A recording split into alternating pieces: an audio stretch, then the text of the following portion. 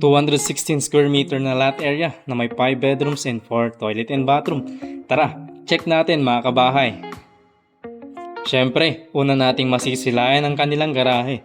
At eto naman ang kanilang porch step na naglagay tayo dito ng strip lights. Tara mga kabahay, pasok naman tayo sa loob. Sa kanilang main entrance ay naglagay tayo dito ng kanilang lagayan ng mga sapatos.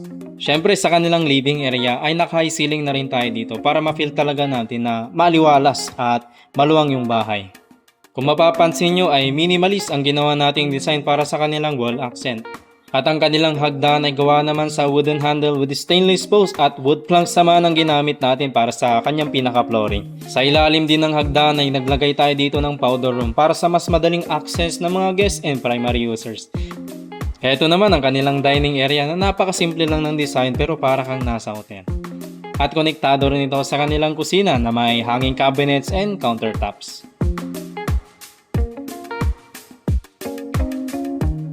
At naglagay rin tayo dito ng pantry area at syempre mga kabayan hindi mawawala ang kanilang service kitchen na may access naman sa kanilang toilet and bathroom.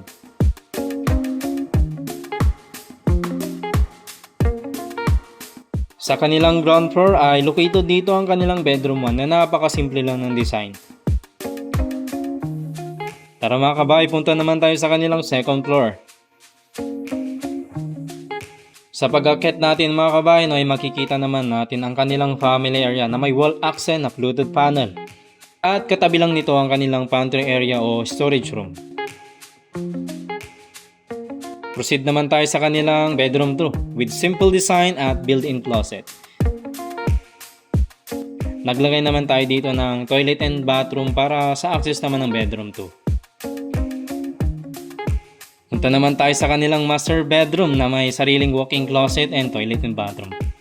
Kung mapapansin nyo ay para ka talagang nasa hotel mga kabahay. Punta naman tayo sa kanilang bedroom 3 na may cabinet para sa lagayan ng ating mga damit. At ito naman ang kanilang bedroom 4 na may built-in closet and may sarili itong toilet and bathroom.